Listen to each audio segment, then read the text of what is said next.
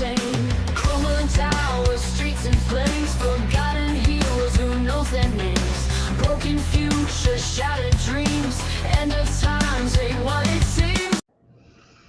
Hello friends, this is Sam Chaney reporting for Weaponized News. Today's June 13th, 2025. Thank you for joining us on this Friday edition of Weaponized News. We have a special guest on the line, Chaney Project. We'll get to her quickly here. Let me get to, of course, you got the big war kicking off over there in West Asia.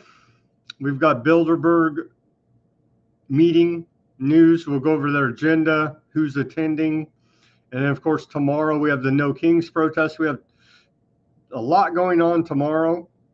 The military parade, the 250th anniversary of the Army, Trump's birthday, and Flag Day, all coinciding with No Kings protest as well. So it looks like everything's getting ready to go to hell, and we wouldn't have it any other way on this Friday the 13th of Weaponized News.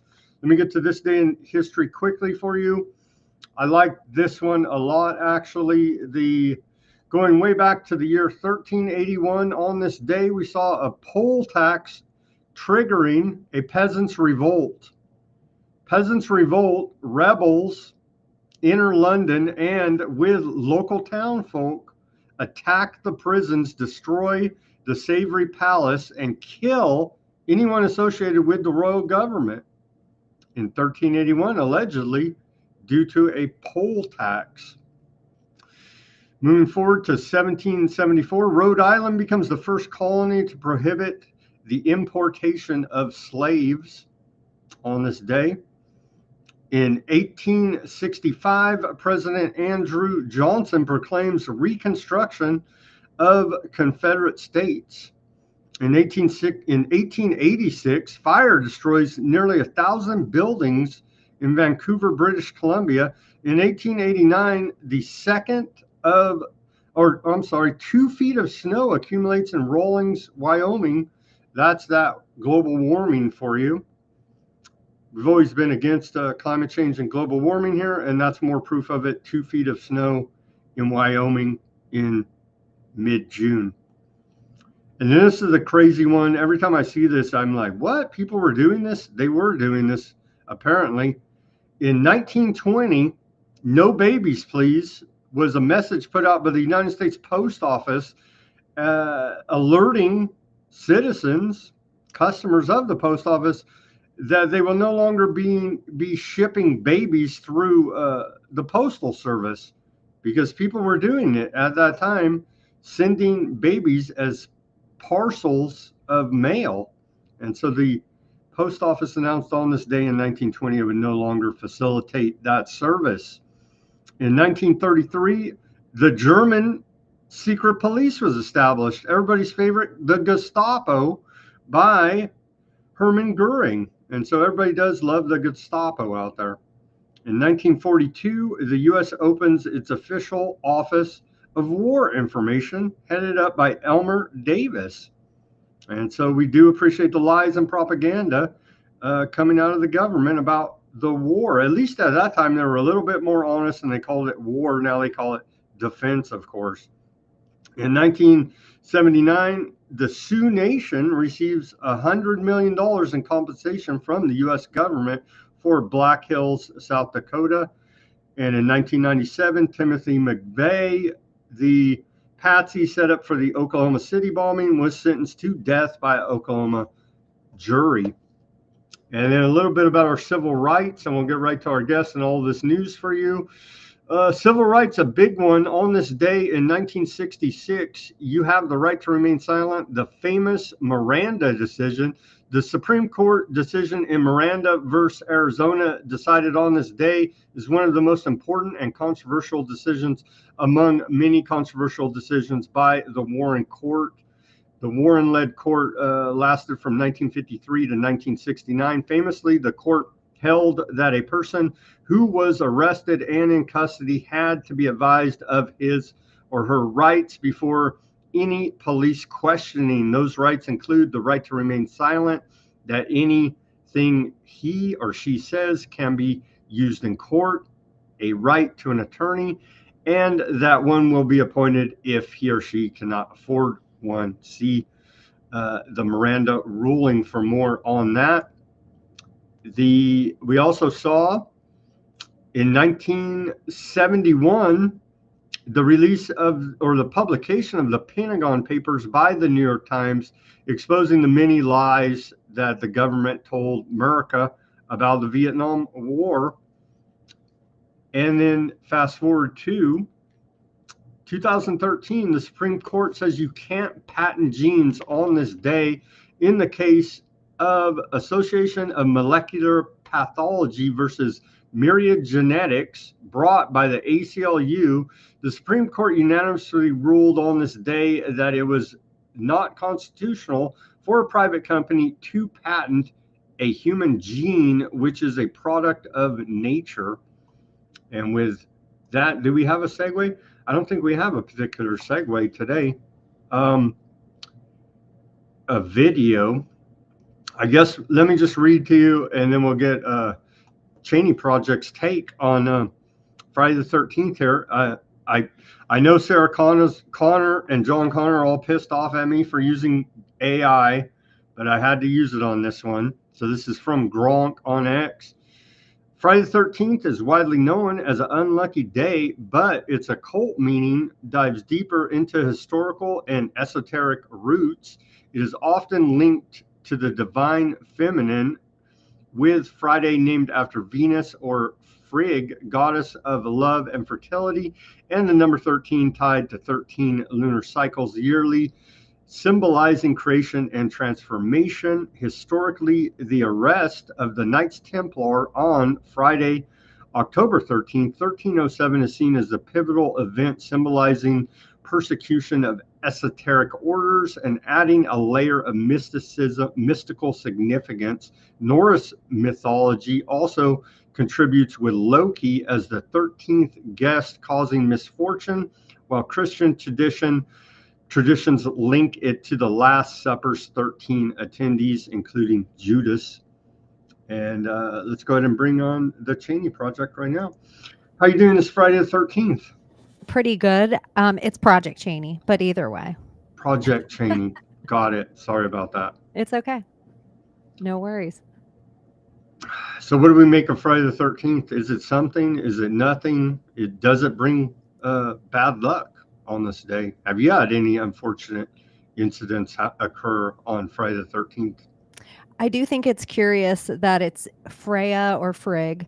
So the goddess, like in this feminine way, the 13th, and then they're like, oh, a black cat crossing your path is bad luck.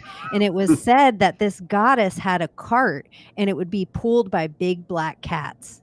So now think of the difference of a goddess coming past you on her chariot with black cats. Like, it might be a bad day for you if that was the thing. So I always find it curious that we pretend we live under this certain set of rules, but then all of our days that we pay homage to the most are named after all of these gods. So 13, I also see in symbolism as an uppercase B. It's just next to each other. Like, it's that kind of thing. I know a lot of other people, they just automatically count it in their alpha numeric way, but they do it in this, like, the way they learn. So like 1 is A, this is this, but in sigil, or when people in magic with symbols, it's not really a count. It's almost like a stamp. And what does it mean? So it's like a lowercase b would be a 6 and an uppercase B would be a 13. It's just together, if you can see what I'm kind of saying there.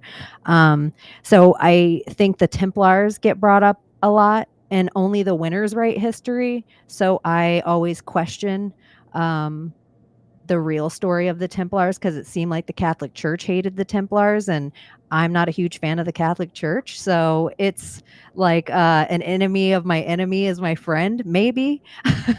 So yeah, there's a lot of the historical dates that I find, like the elite, the evil they, the cabal, the whatever name you want to give them, they seem to run on very specific dates. We had a full moon, the full strawberry moon this week, this being Friday the 13th, and it was actually, I think, 3:33 a.m. Iranian time when they got hit with a bomb. Was it really? Friday the 13th? So was it really 3? That's crazy, man.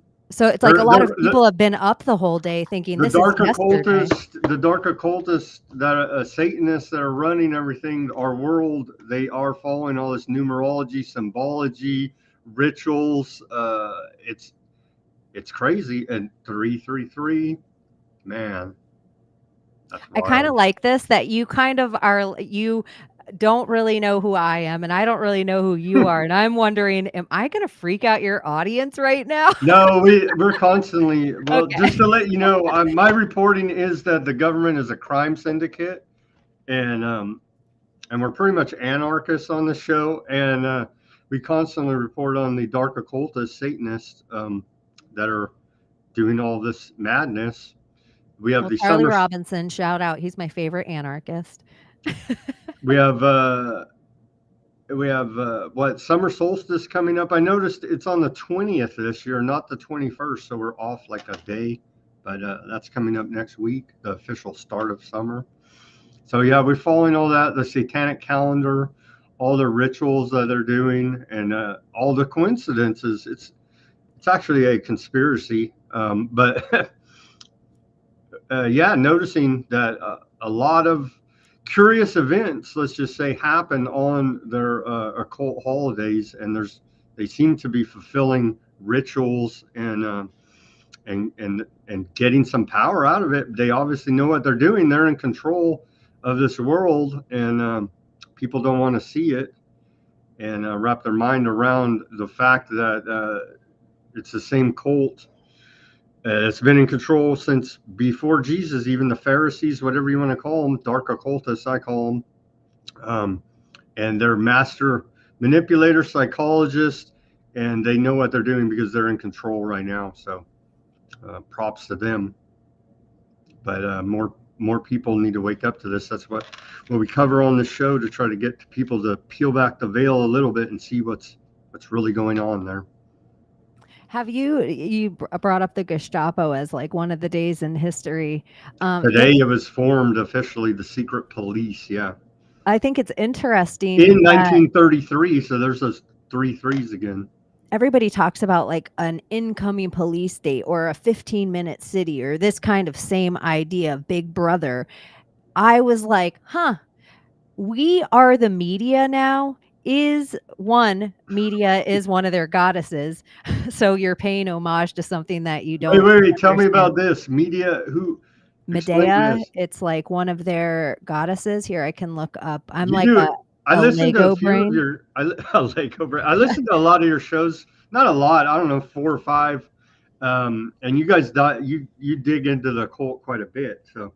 Well, the shows that are recent that I haven't uploaded in so long, because the Secret Society of Good Guys that I do on Friday nights with my crew runs. It's like different than my podcast where I just sat down one-on-one with people. But I had like a health thing. So when I came back, like, I honestly would sometimes be like, oof, I might have to leave and get sick for a little while. And so I needed a crew to help kind of run my show. But I like love them now as part of my own brain to just throw ideas around. It's almost like a philosophy group, late nights. So, but Medea, though not a goddess herself, is a powerful figure in Greek mythology with strong connections to divine powers and sorcery. She is a descendant of the sun god Helios and a priestess of Hecate, the goddess of magic and witchcraft. While she is not a goddess, her magical abilities and divine lineage make her a figure of significant power and influence in the mythical world, is like a short on her. But even everybody, we are the media now, and then they're recording each other and they're reporting on each other's posts and they're turning in each other and they're doing this. It's like, in a way, them weaponizing the media against, they're like turning on each other instead of the powers that be with it. And so it's becoming a Gestapo a little bit. who is this? Your mainstream? Because I've noticed a trend now. The mainstream, quote, mainstream Mockingbird media from all the big networks, they've destroyed all their credibility with all their lies. Nobody watches them, like cable news and whatnot anymore. So now they're moving into the podcast space to go ahead and try to destroy that, I guess. I don't know who. If you didn't watch them on cable news, I don't know who's going to watch them on their podcast, but that's been the trend. You got Megyn Kelly. Podcast space. That's the misnomer, is like, if you look at the Podfather, it's literally a VJ from MKTV Ultra, and then you have Joe Rogan right after it, who he's like a Disney contract guy who literally had a show. I would tell you, if there's something opposite of love, it's fear. And so they put this CIA guy that tells everybody on TV, if they'll tell me the secrets, I'll always keep them secret from you guys. And the way you see him like really upset is only at Eddie Bravo questioning human trafficking and Pizzagate. So I don't know. I think that there's levels to the game, and influencers sounds the same as influenza. And I don't believe in viral any more than I believe in virus. So it's curious to me, the wording they use. Everything's censored now. You're not going to be an influencer. You're not going to be anything, actually, unless big tech takes the governor off your account. Because I remember, I want to say before Trump, we need BT time. Before Trump, the internet was relatively free. I did many times go viral on YouTube doing reports. But no more. It's just no more. They're not going to let it happen. And so everything's censored. And the stuff you do see go viral is the big tech let it go viral. So everybody should know that and take it with a grain of salt, that they're allowing these, quote, influencers to influence you, and everybody else is shadow banned into oblivion. So, yeah. But I was going to say about Megyn Kelly, right? She was mainstream on Fox News, and she has a podcast now called, and her media company is called MK Media. And I was like, that's a Megyn Kelly. Okay, I get it. But also you got MK Ultra mind control programs going on. So maybe you could have picked a different name for your media company, not MK. You know what I mean? But well, Twitter was a mockingbird to start with, and then Twitter, like, DARPA sells itself to DARPA, and everybody's like, oh, now we have free speech. But I just think the AI is ready to, like, it needs more opinion. It's ready for more absorption. It needs all your voices so it can mimic them, and it'll let you have your, if there is a technocratic state set up, it's through an everything app, and that's like already being run through China with like WeGo. And so X is appropriately titled. That's what Elon Musk always said. He wanted an app for everything called X. He's been talking about it ever since he was like a PayPal. Papal. PayPal's another word for Papal, and PayPal is the original one that during lockdowns, if we said the wrong thing online, they were going to charge us $2,500. And Papal's just another word. It's like a digital collection plate. See, I knew I wanted you on the show because you know stuff. You know a lot of this stuff. That's awesome. All right, so let's get. What about the Saturn cult here that we see? Our shadow president, the greatest man in the world, Bibi, he's putting on his little thing, and this is real. Because I remember seeing this, and I was like, "That's fake." He didn't really, but he posted this on his X account. This one is not from there. But I went and looked it up and did find it. This photo was posted by Bibi on his official X account. What do we make of this? This is the world savior from Islam. I think it's interesting right now that all this is going on, and Bibi's on his way to Greece. And the last time we remember like a big flee to Greece, like the big name of the person that was fleeing was Tom Hanks. And everybody always is like, oh, that's such conspiracy. It's such conspiracy. But Greece and a lot of the like pederasty and the way that the culture is there, it's really interesting to me. Like, everybody, I know we only like to pay attention to one dual citizen when we're talking in conspiracy, but the Greek dual citizens of America, in my opinion, should be questioned. And so him just flying to that country specifically out of everywhere, if this is this whole biblical War III they've been setting up for who knows how many of my grandmas, that it's been written about in this New Testament and this whole thing, like, I have to buy into such great marketing that, like, Alexander the Great, like, no war for you, my friend. Like, 300 in the Spartans. Those aren't world wars. Like, you have to have really good marketing, and it has to have, like, the crown involved, and it has to be really publicized. We have to have really good newspapers and really good articles. And then if you're lucky, like, it's easier to get a star on the Hollywood Walk of Fame. It's easier for them to turn their chairs or for them to convince everyone you're an American Idol than it is for me to get a WW, which is just a 33 on its side, in front of my war. So then think of how, if I'm like, that missile hits at 333 on Friday the 13th. And then if I tell you that WW is just another 3 on its side, so now you have 333. So symbolism is their everything. Like, WW is just another 33. So you're saying WW.1, so 33.1, 33.2, and now we're at 33.3. Wow. That's blowing my mind over here. What do we make? Is this a real cult? I think it is. They have that black cube in Mecca, the black cube of Saturn cult, right? This is part of their dark occult worship. Yeah, I think. I mean, I've heard that it's on Saturn, the planet as well. It has that like shape, and that's where they get this from.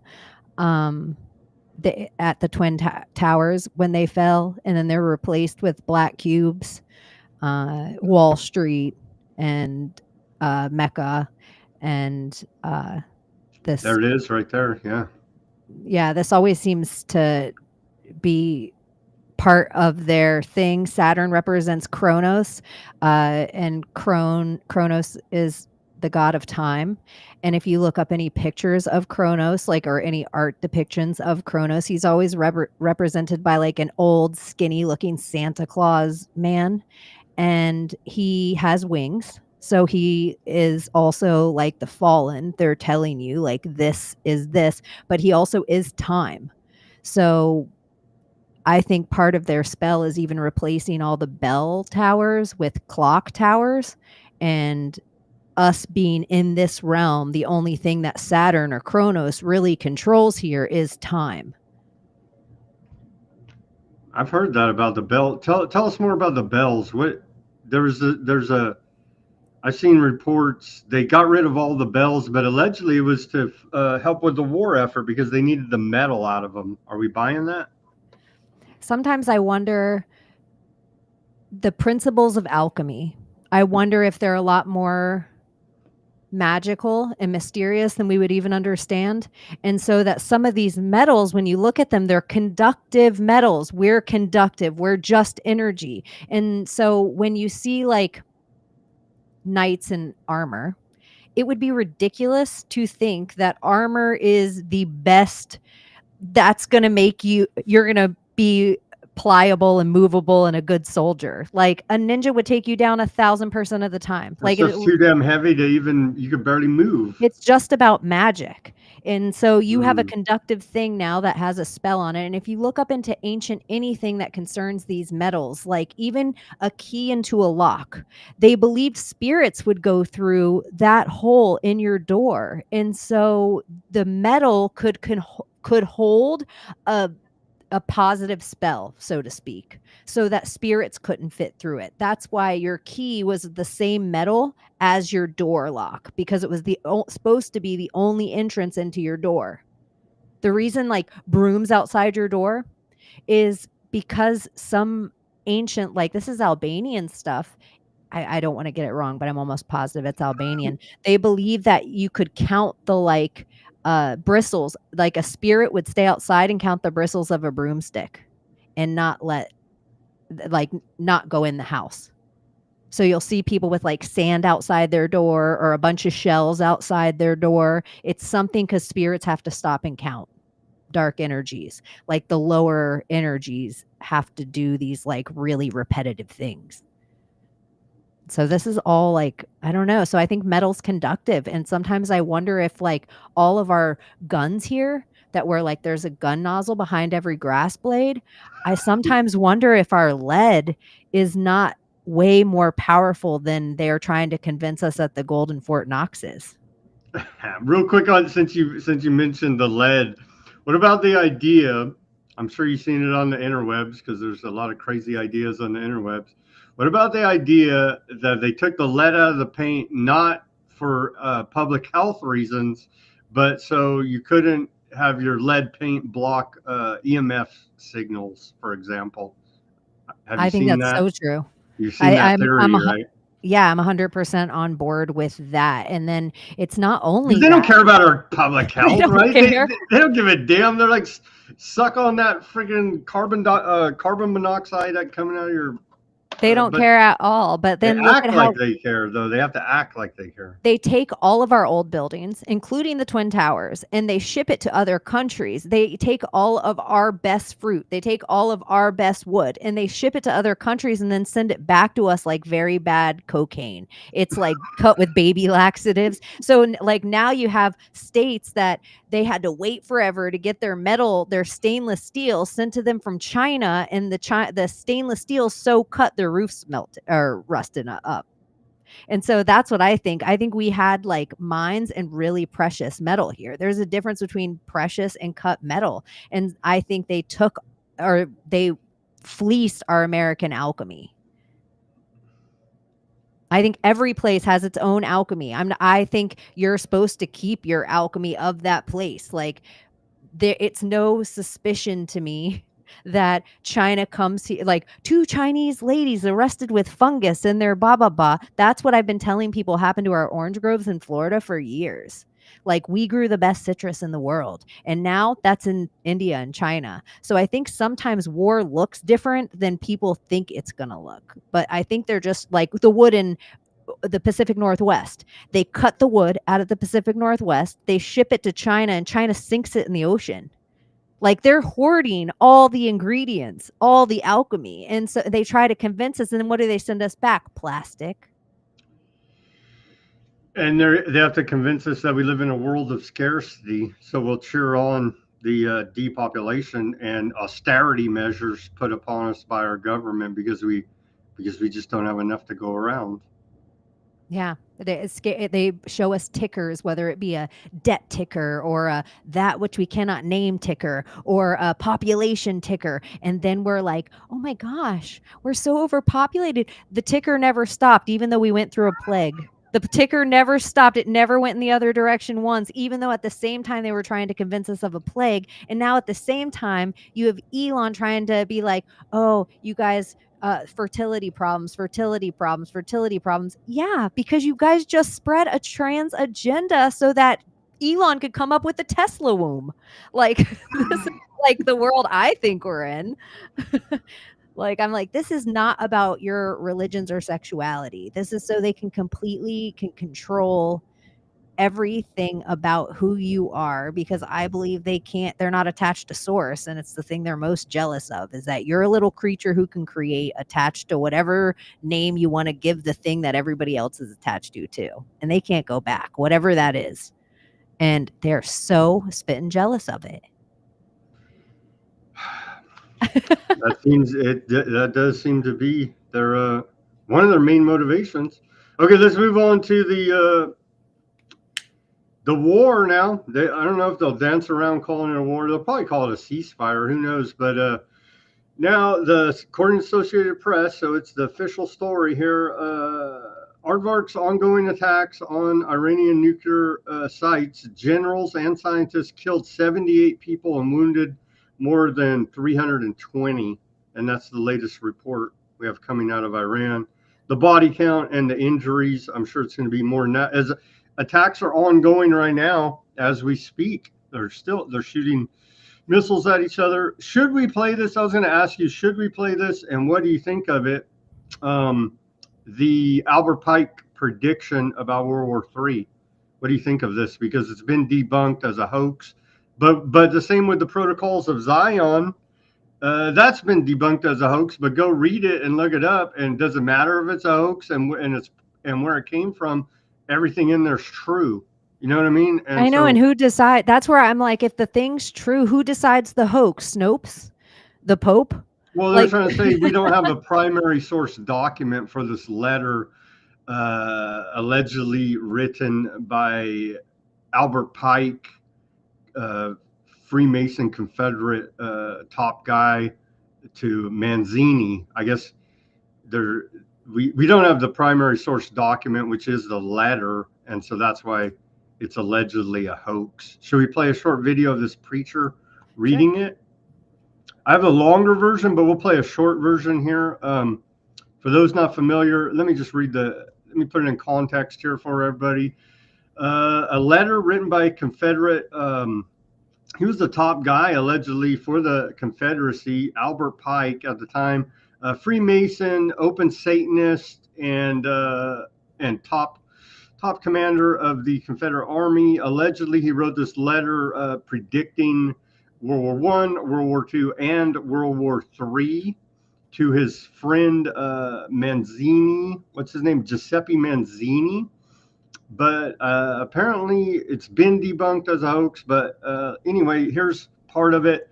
And it sounds like what we're seeing today, where they talk about they want the Zionists and Islam to start World War III. Here's a preacher reading it, J.R. Church, and then I have the longer version, but we'll just play the 2-minute version of it and see if this sounds like. And again, be aware, it's been debunked as a hoax, allegedly, but it sounds pretty damn true, actually.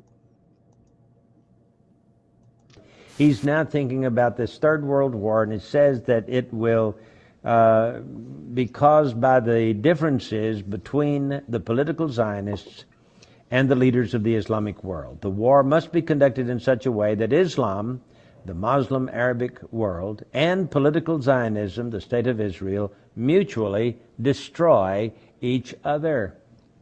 That's what it says. Meanwhile, the other nations, once more divided on this issue, will be constrained to fight to the point of complete physical, moral, spiritual, and economic exhaustion.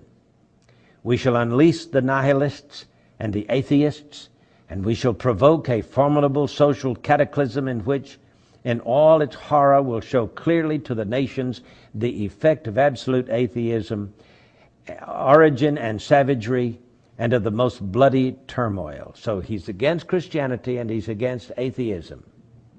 They're supposed to fight each other to the death, you see. Then, he says, everywhere the citizens obliged to defend themselves against the world minority of revolutionaries will exterminate those destroyers of civilization and the multitude, disillusioned with Christianity, whose deistic spirits will from that moment be without compass or direction, anxious for an ideal, but without knowledge where to render its adoration, will receive the true light through the universal manifestation of the pure doctrine of Lucifer. That's what he says. Brought finally out in the public view. So he's saying that Lucifer will finally make himself, the good guy. He's going to save the world from these atheists who don't believe in deity and from these Christians who believe in the good God. Well, so it says, this manifestation will result in the general reactionary movement which will follow the destruction of Christianity and atheism, both conquered and exterminated at the same time. Well, I don't know if it's true, but I can tell you that it sure has played into what is being carried on in the Middle East today. And that was a long time ago, so things are escalating now, direct attacks on Iran. What do you think of it? You think this is playing out? It seems like we're there. I don't know. What do you think? I don't believe The Simpsons predicts anything. I think Matt Groening has the script. So I'm one of the people that it's Well, like, let's play that. I found that you reposted that. what Let's one? play that clip and then give us the comment. Oh, sure. Here's the Simpsons, and yeah, he obviously is a great stock picker like Congress, right? Can we get rid of this Ayatollah t-shirt? Khomeini died years ago. But Marge, it works on any Ayatollah. Ayatollah Nakhbada, Ayatollah Zahedi. Even as we speak, Ayatollah Razmara and his cadre of fanatics are consolidating their power. I don't care who's consolidating their power. Well, we don't need this. But, Marge, that's the Rhinestone Knight's fashion gun. I needed to rhinestone up my old clothing. Who's Disco Stew? Oh, I wanted to write Disco Stud, but I ran out of space. Not that Disco Stew didn't get his share of the action. So any Ayatollah will do. Yeah, I think there's ancient history, and I think that the CIA, which is just the Nazis, especially like Hitler escapes to South America, and he was looking for all the biblical relics, and they talked about UFO stuff with him. And I think the big separation is that we have words that are angels and aliens, and that it's just like, okay, same thing, like whatever it is. It just seems to be ancient technology from fallen, and Hillary was looking for Gilgamesh as well. So the CIA, that all the Nazis just go to America and then take over from within. It's not that like it, I don't know. Yeah, that's pretty much what I think happens. We aren't like, we're going to take some Nazi or some scientists because we need it. No, they don't just go into paperclip and do a fake moon landing.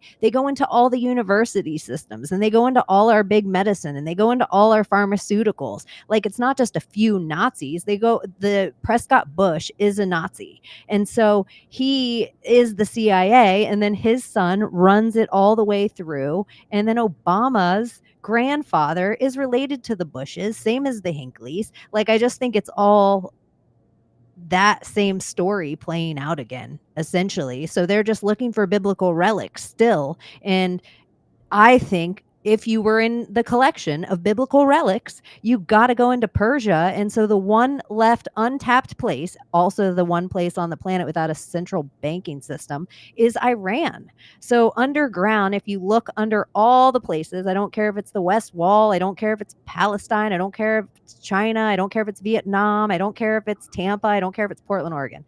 Under all these places is huge, vast tunnel systems. Afghanistan. The reason that no country, no matter their weaponry, can beat Afghanistan is because it would be like attacking an anthill and not being able to just step on it. You're the size of an ant and you're going into an anthill.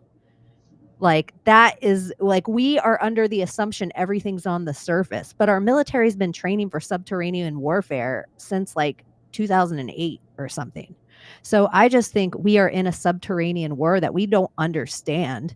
And we're kind of like living our best lives up here, like tippy tapping with each other about the story we're being told that we're all smart enough to know. There's only 4 guys that run the same media: BlackRock, State Farm, or State Street, and Vanguard. And then they all own each other. And these shadows of shadows of shadows of shadows. And then we all are just cutting and pasting the same shit over and over again and just selling the narrative like they want us to at this point. But it's really just a fear narrative. So I don't believe that I've watched the movie Wag the Dog. It's cheaper for me to make a movie than to actually worry about going to the moon. It's cheaper for me to make a movie and make you believe in a nuclear weapon than it is for me to actually do it. And I can compartmentalize everything. So everyone's like, no one could keep a secret. You don't know the whole story. People in NASA think they're going to the moon because my cubicle doesn't see what's on your cubicle. They kept, wow, you said a lot. I forgot even my replies. Me too. The Boring Company. Don't forget about the Iran, I think. No, don't forget about. You're saying there's these. Well, we know the aardvarks love the underground tunnels, and the Boring Company. Elon Musk's The Boring Company Let's not forget about that. He has these giant machines that bore out these tunnels. Famously, he's built this highway under Las Vegas, essentially. And so what else are they doing? And the DUMBs, right? The deep underground military bases. We've seen reports here and there come out of there. Who knows how many tunnels they got connecting under the United States in these underground dumb military bases. Like, people are like, raid Area 51. Y'all, it's not there. It's underground. It's not Vegas. It's underneath Vegas. It's not the airport. It's under the Denver airport. It's not the Playboy Mansion. It's under the Playboy Mansion. And so I feel like I can point, it's not Epstein. It's not the temple. It's what's under the temple. So it's just like, how many of these things do I have to point out over and over again before I'm like, you want to know why they killed all the firefighters in 9/11? Because firefighters know the tunnel systems of New York City. And I think it was a very precise kill. Like, it's the like things that, I don't know. It's just, and it's ancient. The Hopi Indian talk about it. The Mormons in Utah know about it. And we can't, it's crazy. There's tunnels under a pizza parlor in DC. Yes, all of DC is attached by tunnels. And anyone who's been on any historic little schmo tour of DC knows it. So it's just like, when people call it conspiracies, it's sillier that you think that there's not. Let's hear what the Boring Company, Elon Musk Boring Company, has to say about it right here on their website. The Boring Company, you could see, and they say, why tunnels? They say, to solve the problem of soul destroying traffic, roads must go 3D, which means either flying cars or tunnels are needed. Unlike flying cars, tunnels are waterproof, out of sight, and won't fall on your head. Tunnels minimize usage of valuable surface land, and do not conflict with existing transportation systems. A large network of tunnels can alleviate congestion in any city. No matter how large the city grows, more levels of tunnels can be added. You know how you were talking also about this day in history, and like, I was just thinking, like, tomorrow is a very interesting day in history. Do you want to tell your audience everything happening tomorrow? Just in our country. Well, yeah, I covered it a little bit at the beginning. It's the 250th anniversary of the Army, and Trump's going to have his military parade. It's Trump's birthday. And it's going to be the big, and it's Flag Day, and it's going to be the big No Kings protest all over the country as well. And tell me what else? A coincidental timing is Alex Soros and Huma Abedin are getting married. I thought they were married. They're getting married tomorrow. They're getting married tomorrow, and I wonder what the guest list for that will look like. Is Hillary going to Hillary be invited? The Obamas, will George Soros be there?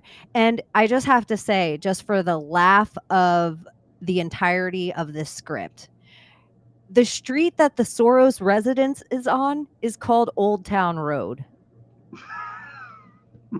I'm like, of course it is. Like I was about to, I won't say the F word on YouTube, but like the Black country gay guy who all of a sudden singing Old Town Road, and Beyonce is on a pale horse, and like all the symbolism of trying to set us up for secession. I just think Old Town Road. Of course, if you were a kid that was abused by a Soros, you probably saw that name a lot, and that is probably haunting to hear on the radio stations, but they love mocking us. They do. Here's the uses of tunnels right here. They say you can use it for a loop, utility, freight, pedestrian, or just have a bare tunnel, because we like tunnels so much at the Boring Company from Elon Musk. Wow.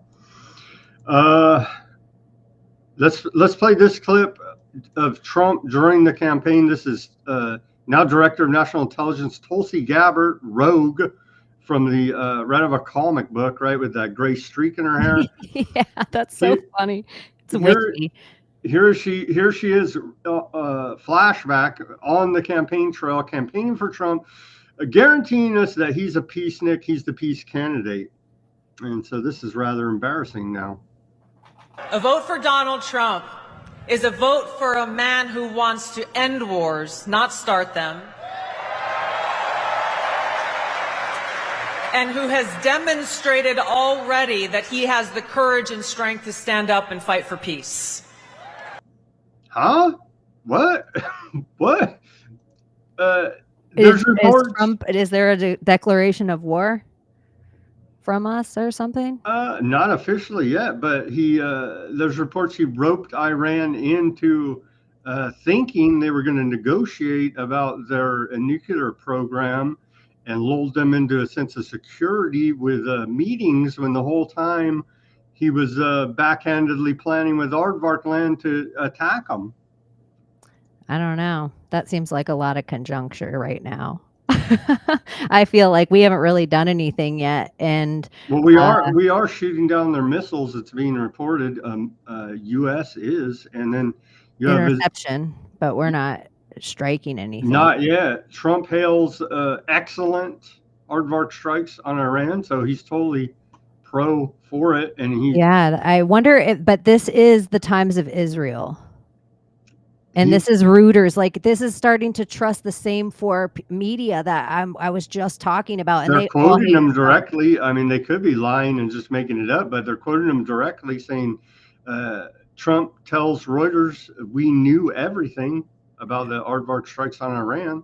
It could be all lies. But then when you read the article, because they did this to RFK too, they were like, RFK is pro blah blah blah. And when he's an ex-heroin addict conspiracy theory. That's how they start every conspiracy theorist. That's how they start every article about him, or they used to.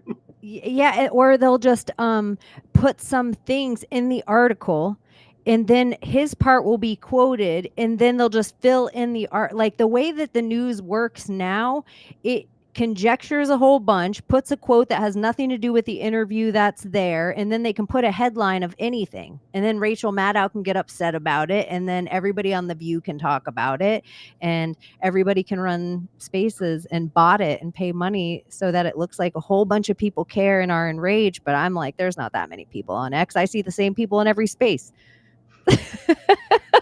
I don't believe there's this many people on the planet. I know everybody. Spaces are running constant PSYOP intelligence operations. It's ridiculous. But they quit in this Reuters article. They say after months of urging Aardvarks not to strike Iran while he worked toward a nuclear deal, President Trump told Reuters in a phone interview today that he and his team had known the attacks were coming and still saw room for an accord.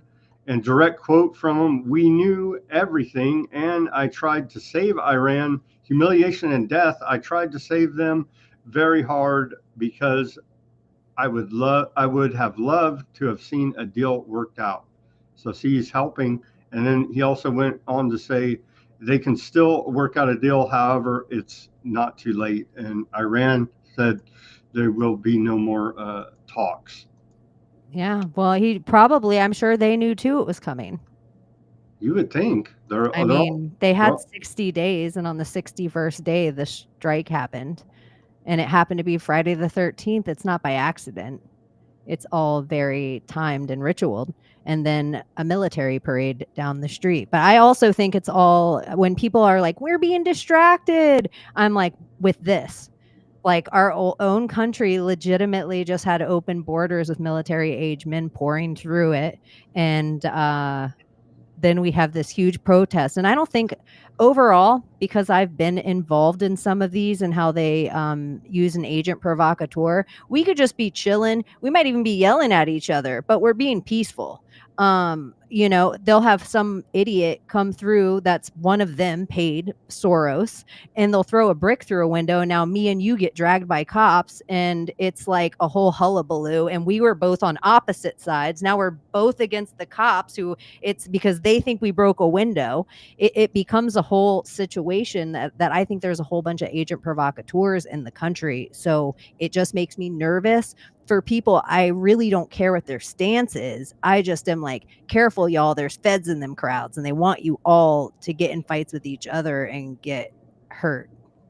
they conflate the idea of peaceful protest and violent destruction of property and injuring people, and the media again, the peaceful protest, right? And so obviously, First Amendment, you're allowed to peacefully protest.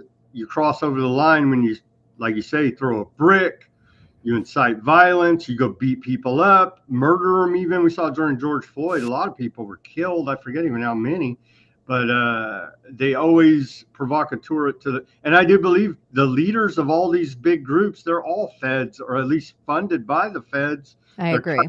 Fed cutouts, because that's the only way. I had a little 9/11 truth group over here a long time ago, like 2004, 5, 6, somewhere around there. Anyway, OG.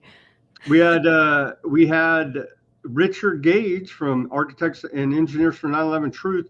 When he first came out with a documentary, I forget even the name, but we screened it over here in Clovis, California.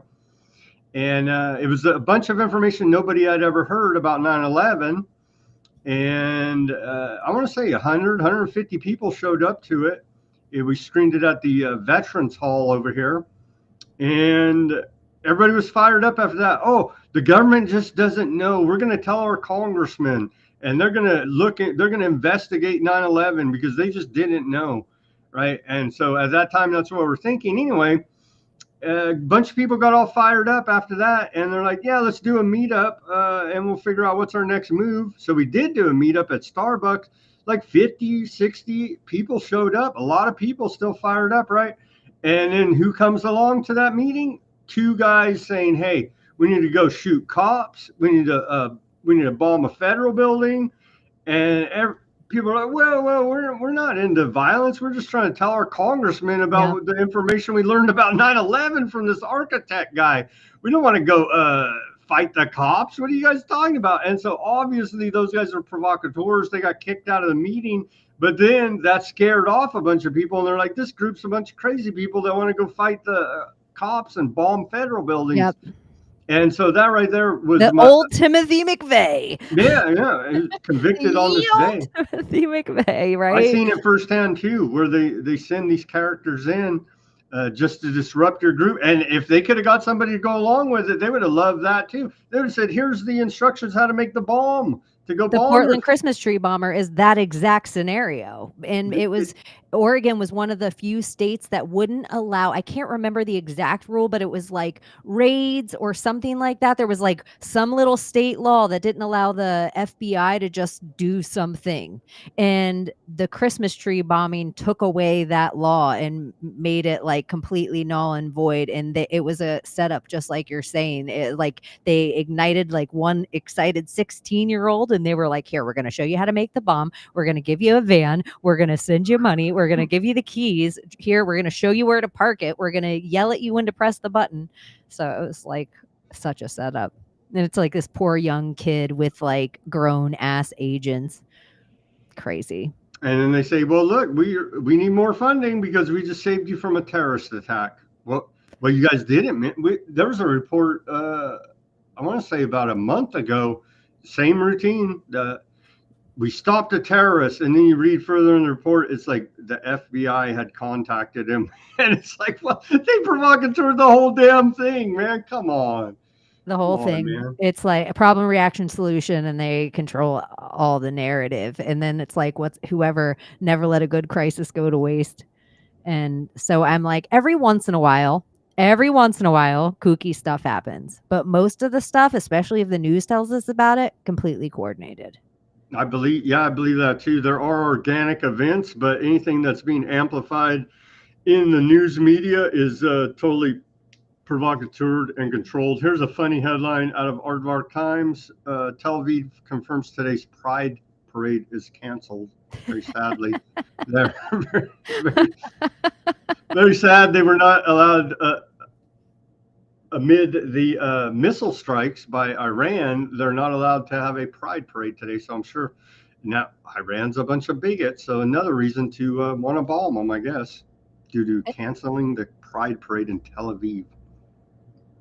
It's crazy, but it's crazy. Like the world is, I don't know, but I also think 1880s, you didn't know what was happening in the other side of the world at every split second. You didn't know what everyone was eating. You didn't know, oh no, look at that poor animal on Dodo. I just feel like everything's such a loosh. They just want to like, they almost show you even your algorithm. I will unfollow, I will say block, not block, but I'll be like, I'm not interested in this. Stop showing me this, because I'm trying to contour my algorithm so it makes me happy. I don't want to see weird stuff. But the amount certain influencers will come up over and over again on my feed, and I'm like, geez, this person is pushed like no other. I believe they're a bot. I believe the entirety of them is a bot. And one of the craziest things I think is that we assume like VO3 came out, or Kling, or look at all this advanced AI, bah, bah, bah. I think the misnomer is that it's new and that they haven't been digitally editing footage on top of us since probably the JFK assassination, and that's the mock of the Forrest Gump. Like, they've been doing it to us forever. CGI has been around a long time, yeah. And they convinced us it's so expensive. It's so expensive. If anyone's ever been in old school photography, it's not hard to lay one film on top of another film. I don't know why this whole idea became such a, like, oh my gosh, like everybody's done it. If you've ever been in a photo lab, you can just take a white sky and put anything there. And so people just assume because something's an old picture, they're like, look at this back then. Like, I don't know. It's not hard to impose photo on top of another photo. Here's where we're at, according to Axios and Aardvark Times. They say U.S. reportedly assisting Aardvark land in intercepting Iranian missiles. And so this is our role in it right now, according to the official sources. Let's see. As long as we're not chucking them back. Not yet. Right now. Yeah. And I'm just like, everything is a proxy war to me. We have all these bases everywhere. We are the crown. Like, I kind of look at the East Indian Trading Company, and they never thought they landed in India. The people here were in fact Indians because they were shipped here from India the same way they shipped all of us around. It doesn't matter the color of your skin. The same, look at, you just read the thing from 1920s, no babies in the mail. It's because it was happening everywhere. There was orphan trains that were just shipped into some random part of the world from another part of the world. There were Cabbage Patch. So they would just set babies in Cabbage Patches, and you could just drive and go pick up a baby. So the world that we come from and the history they tell us, if history was real, they wouldn't have to rewrite the books every time. Maxwell family, the Ghislaine Maxwell, Robert Maxwell family that writes all the history books that we all grew up on. So it's like they wouldn't have to rewrite it. They would just add a chapter if history were real. I have to believe winner's history, and I just don't. We covered that yesterday a little bit on the show. Rhodes Scholars are put in all these universities, and they are they're the ones writing the history books for the East India Company, you could call it, for the empire. Okay, let's go to, oh, by the way, we take a live commercial break at the top of the hour, so anything you want to plug, a commercial you want to give, let me know then in like 2 minutes. But let me read you quickly from Trump. We got two statements from Trump on this. He says, I think we read this already. He said 2 months ago, this is quoted out of that Reuters article. 2 months ago, I gave Iran a 60-day ultimatum to make a deal, quote, make a deal. They should have done it. Today is day 61. I told them what to do, but they just couldn't get there. Now they have perhaps a second chance. And then here's his longer comment. I gave Iran chance after chance to make a deal. I told them in the strongest of words to just do it, but no matter how hard they tried, no matter how close they got, they just couldn't get it done. I told them it would be much worse than anything they know, anticipating, or were told, that the United States makes the best and the most lethal military equipment anywhere in the world by far, and that Aardvark land has a lot of it. with much more to come, and they know how to use it. Certain Iranian hardliners spoke bravely, but they didn't know what was about to happen. They are all dead now, and it will only get worse. There has already been great death and destruction, but there is still time to make this slaughter, with the next already planned attacks being even more brutal, come to an end. Iran must make a deal before there is nothing left and save what was once known as the Iranian Empire. No more death, no more destruction. Just do it before it's too late. God bless you all. And that was issued right after the first missiles were launched by Aardvark land attack on Iran. Yeah, it seems like, I mean, we all know we've been arming Israel forever, and we usually tend to send our soldiers into battle regardless against superior weapons we sold the enemy a few years before. That's usually just what America's up to in general. That meme, it shows the missiles. It says my tax dollars, and then it shows the missiles like that. And somehow also my tax dollars. That's exactly what it is. And so I feel like Trump would know exactly what Bibi was messing around with in Israel. And I don't think I think Bibi is I think he's an evil person. I think the Israeli people. Well, think about vote him out or something. Think about the context. He was about to lose his government over the fact he was trying to conscript the Orthodox aardvarks into joining into military service, and so that was a big point of contention there in Aardvark land with the big hat curly Q guys. And so that was all going on, and he was about ready to lose his coalition. They have a weird government. I'm not going to claim to fully understand their parliamentary system there. Oh my gosh, is that hat a representation of Saturn? Maybe the black hat. Yeah, because I always thought witches, crones, wear a Kronos hat, that big hat. Mm-hmm. And so it's just curious. It doesn't have the point, but it is. Well, they don't wear the little hat, right? They wear the big black. The big ring. Sorry to interrupt you. It just. No, but the day before, it was being reported that his coalition is getting ready to collapse, and they're going to have new elections, and he could lose power. Netanyahu's facing all these corruption charges in Aardvark land. And so what a perfect distraction. Everybody forgets about that when you're getting bombed. And so I thought I was like, am I from a crazy timeline? I felt like the people of Israel were like, get out of it. Like they were done with him. Like, no, they're fed up. The big point of contention is causing the Orthodox to be conscripted for military service. They say they're for peace. They don't want any part of it. Have you heard the theory that some people say that Iran is freeing the Israeli people right now of Bibi, and Bibi fled? And so they're killing a certain of their military, like, and hitting their Pentagon and stuff. Honestly, I don't think any of these governments are good. I think they're all evil and bad, and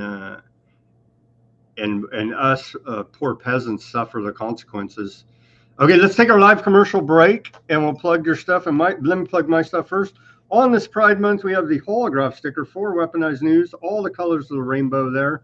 And so get your Weaponized News sticker at weaponizednews.com. The white background and the clear background here, all those at Weaponized News help support independent reporting and analysis on the interwebs like no one else at Weaponized News. And let's take a second to hear a message from our sponsor, and then we'll be back to plug Chaney in Wonderland, Project Chaney.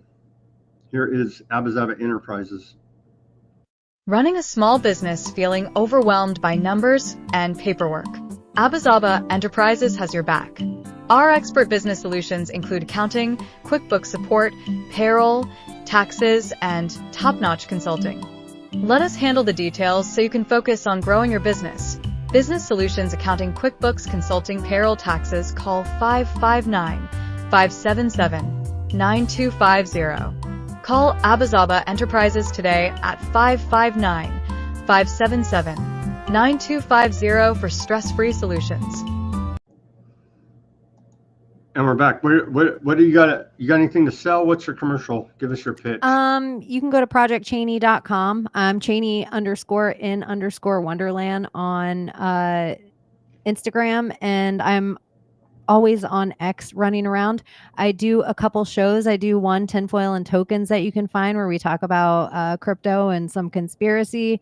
I do the Secret Society of Good Guys with Paranoid American and God Pill Angel and Abby Abstract One.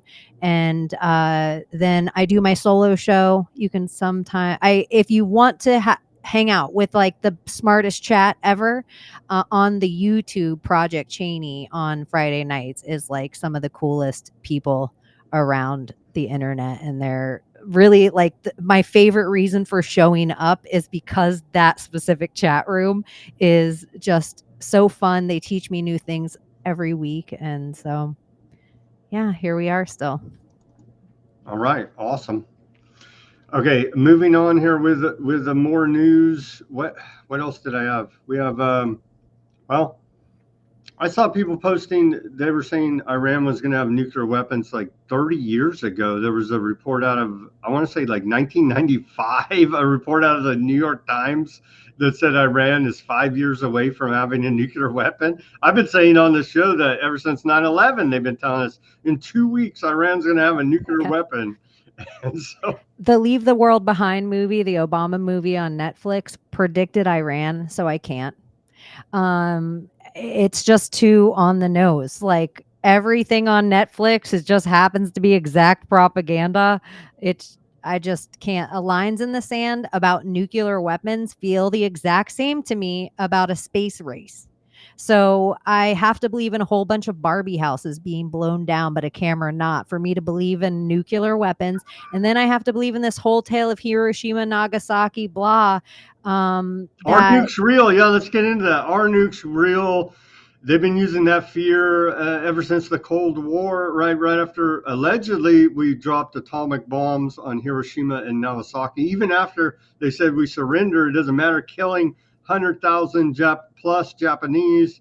And then, of course, the threat of mad, mutually assured destruction between us and the Soviet Union, keeping everybody in line from the 50s. We landed in China, by the way, after. It's like the Navy boat, when those planes landed on it with like Little Man and Big Boy or whatever those bombs' names were, they hit these two targets, and then those planes, like no one on the Navy boat knows these Army planes are landing with these bombs.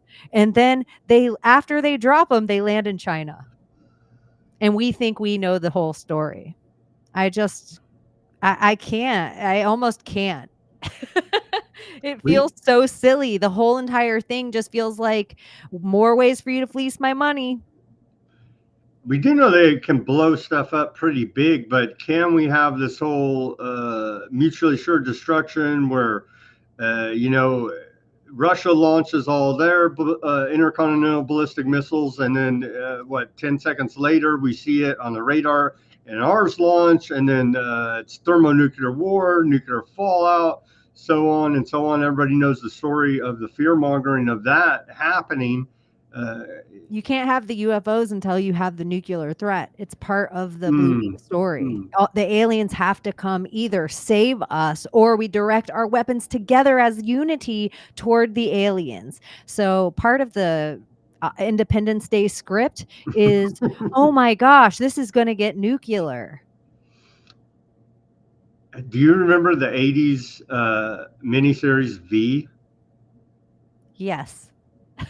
That's crazy, right? With their lizards. Yes. Their alien lizards come and take over the Earth. It's like the original reptilian. Like before there was such thing as David Icke, there was V. It's like he just watched V and then wrote about it. I thought that too as well. Holy shit. He didn't come up with anything new. He was just writing V. Sometimes I think the script we're on right now, for real, Vince McMahon stepped down from WWIII and let Triple H take over so he could write the world we're watching right now. Because doesn't the entirety seem so wrestling. Like, aren't you waiting for the Iron Sheik to walk in and then Hacksaw Jim Duggan? Like, the whole thing feels like such a and if people are dying, and I say if because I don't know what to believe. I really don't. Just because people "Oh my gosh, look at a person under wood with blood." That is all Hollywood to me. Like, we're just in this place that you need to watch the movie. It's like homework. Watch Wag the Dog. It's very cheap for them to pull this stuff off, and like, Ukraine and Russia, and, like, all of a sudden, no one's talking about Ukraine anymore, and then you're like, "Oh, what else is in Ukraine? Chernobyl." And then, don't you remember they put Chernobyl right back on the timeline before the Ukraine conflict happened? It's like nobody heard about this thing for all this time, and then they're like, "Hey, HBO documentary." HBO likes to put a documentary out right before, like, the next phase of the thing. Here's one of the characters, the Ayatollah Ali Khomeini. He does look kind of similar to the Iron Sheik here. He says that Iran Supreme Leader vows revenge. Zionist regime will not escape this crime unscathed, according to Russia TV. And so, but he does look like a character out of wrestling. And thankfully, we have Linda McMahon, McMahon's wife, right? Head of the Department of Homeland Security, or the Department of Education, sorry. And I'll even tell you this. I think the UFC can easily move spies into any country around the world. And no one's talking about, like, the ties with Saudi Arabia, like the TKO, UFC is WWE now. And you just think of a fighter and their fight teams from all these countries, the most skilled people in the entire world. And they're just being moved in and out of borders. And while an event's happening, usually world leaders are at said event. And who knows what can happen on the underside of those things. It's just very curious to me, the UFC's role in all of this and Vince McMahon's potential role. I think we in America, like in the reality TV show that we are, if there was ever any shot at like the whole narrative switch happening for the average like double vaccinated, I like caught myself like for those people, then it has to be done with the same weapon. The TV has to be the only thing. You just call mainstream normies. Yeah, the NPCs, they need to be unraveled the same way they were raveled up. Feels like they are using a lot of predictive programming with all this media that we're constantly being forced upon. And I do notice the same thing on my timeline. People don't even follow these big accounts. I'm like, they're propaganda, they're garbage, but they're constantly being fed to me. And I'm like, I don't follow them. I don't care what these people say. They're garbage with giant accounts somehow. But I do experience the same thing on the X. Okay, what does China have to say about this? Let's get the international reaction. China is closely following the aardvark attacks on Iran and is deeply concerned about the potential grave consequences of the operation. China opposes actions that violate Iran's sovereignty, security, and territorial integrity, and opposes moves that escalate tensions or enlarge conflicts. And that's coming from the Chinese Ministry of Foreign Affairs. This is just a wild concept to me. The CCP is worried about sovereignty. They're the good guys in the new script. That is just so fun. It's just they're the good guys down all around. So yeah, it's interesting. They're the good guys as we shift to a new world order in a new era. They're constantly talking about living in a multipolar world. And so they're the good guys with their one app. They already have technocracy there, essentially, scientific dictatorship in China. And they're the good guys now in the new world order. Do you think if you sacrifice like a few generations of your kids, that you get like a step up in maybe the dark arts? Because they had the one child policy there for a long time, right? Yeah, and like we like in our dark arts, we tried to keep up with like genociding every gay man that was a bottom. And then they didn't think like, oh, women were gonna be bottoms too. This is the world we're in. And that same guy is like was in charge of our lockdowns. And now people that I love literally have vaccine. Sorry, dude. I hope it doesn't get you in trouble. It This is won't. my problem with YouTube. Autoimmune deficiency syndrome. Yeah. Allegedly, the FBI seized Fauci's electronic devices. I don't know if you saw that report. When was it? That so much news? I think that was earlier this week or late last week. Kash Patel on Joe Rogan said that the FBI seized Fauci's phones and hard drives. Will we ever I see also think the Fauci Pam thing's interesting. I don't think they're on the same script. Fauci who? Or I'm sorry, the Cash Pam is they're not on the same script. Maybe not. Maybe Like, not. because Pam's like, we have tens of thousands of hours of video, and Cash is like, don't you think if I have seen video, I would let you?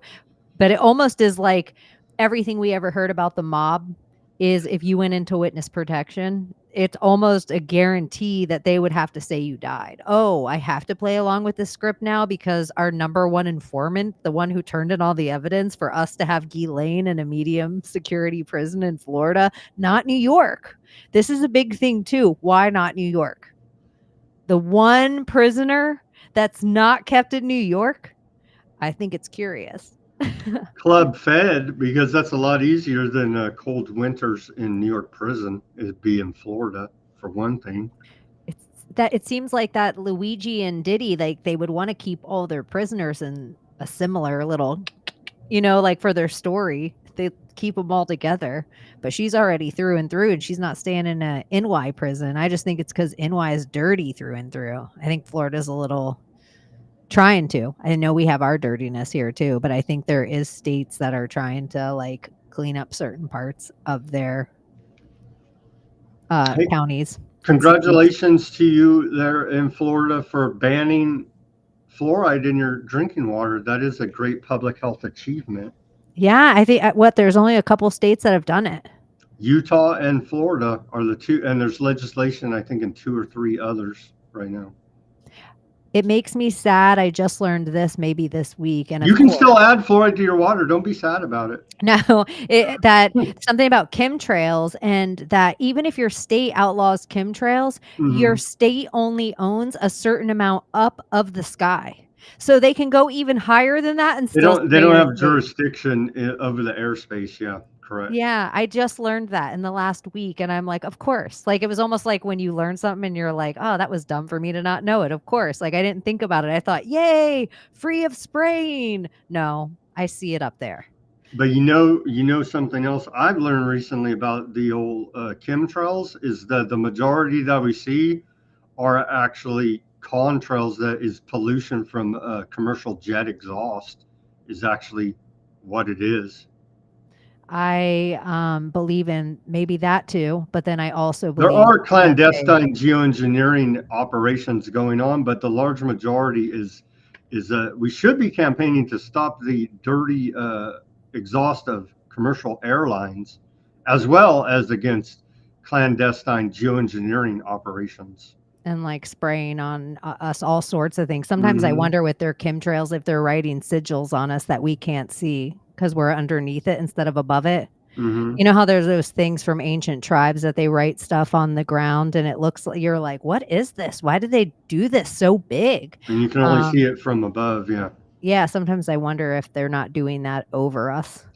Maybe. And that if you had things like Mercury, which for them in their lowercase god worship, Mercury is the messenger of the gods. So they need it inside your jibby jabs, and they need it in your chemtrails, and they need to like mix put it in your fillings for your dental fillings as well. Yeah. So it's just curious that they in spells in ancient cultures they use mercury for a lot of these spells because it's like liquid. It could seep into your skin, it could sink under your shoe, you won't even see it there. And so highly it's toxic and deadly. Yes. yeah, and so it's just they keep that in their web no matter how big or how small, but as above so below. Indeed. Let's move on. More global reaction. Erdogan, Turkey president, he says Netanyahu is trying to drag our region and the entire world into disaster. So he's not really on board with it, but he always fakes like he's against them, but he still does business with them. Old France, everybody's mean to France all the time. Poor Macron got pimp slapped by his wife, but he said it's cool. Dad. He said it's cool because he's into it, so don't worry about it. But France says, Macron says France will protect and defend Aardvark land if Iran retaliates. So I don't know what's going to go on there, but maybe France is going to jump in there. And then what do we got out of? I think we have Russia's reaction. Russia's reaction is they condemn. Russia says Putin, the most evil man in the world, YouTube. Putin says he condemns Aardvark's actions in a phone call with Netanyahu. So allegedly, these two characters had a phone call, and Putin said, I condemn what you're doing, allegedly. And didn't you think it was interesting that all the stuff that came out from Iran and Israel was all in English? Like, all of it was made for us? No, we have oh yeah, it's good propaganda. We do have messages from Bibi in his I got something caught in my throat language. But those are not for us, obviously. Here, okay, on to tomorrow. Here's propaganda. We do love our propaganda, and especially straight from USA. Here's propaganda from this guy. This guy makes me want to throw up, honestly. Dan Scrivino, this character, pumping cube nonsense, he's constantly pumping military and government propaganda. Anyway, here's a short clip from him of the troops practicing for the parade tomorrow in DC.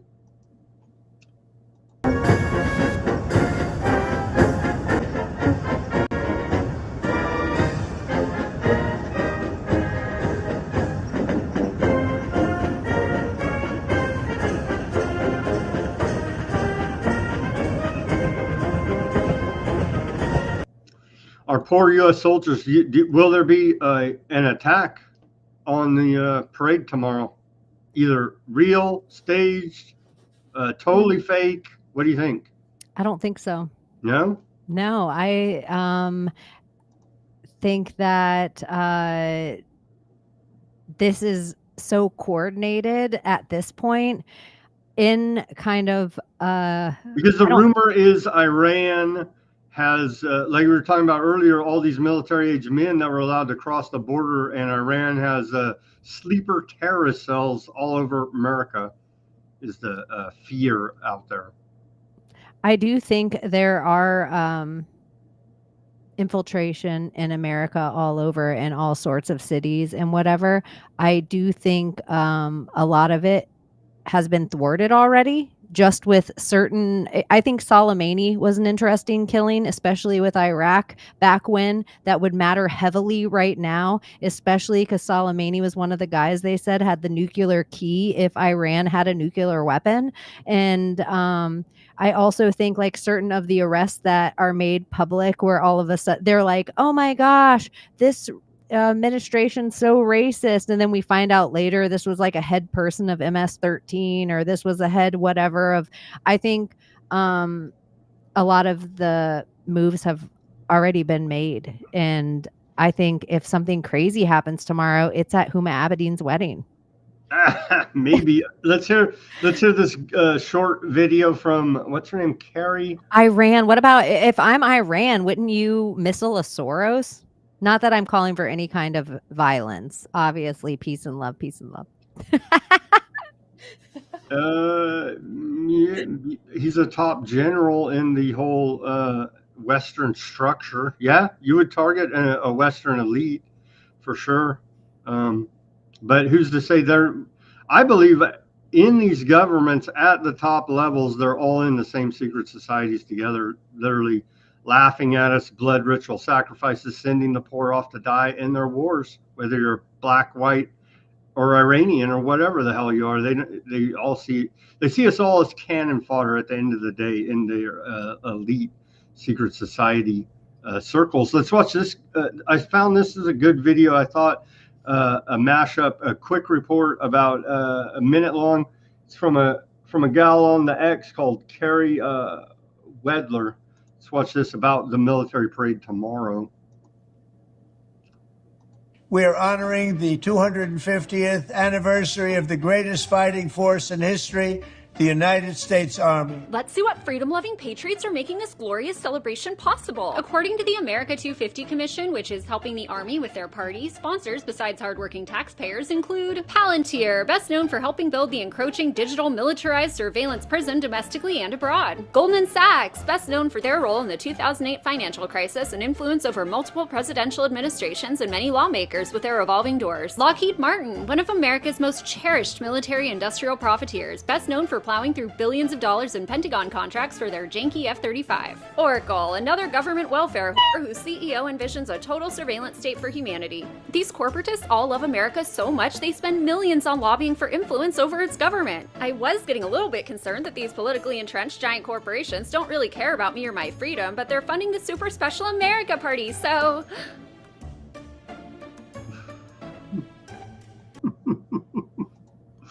Pretty awesome. And then here's the actual list of the sponsors. So all your favorite multinational corporations here that you should have been boycotting them all along, but here's another boycott list for you. I don't know how you boycott I guess if you're anti-war, but Coca-Cola, of course, Walmart. And so another one, Walmart's funding both sides because the Walmart heiress, it's come out, is funding this No King protest, and so but Walmart's also funding the King the King Parade, and so another one funding both sides.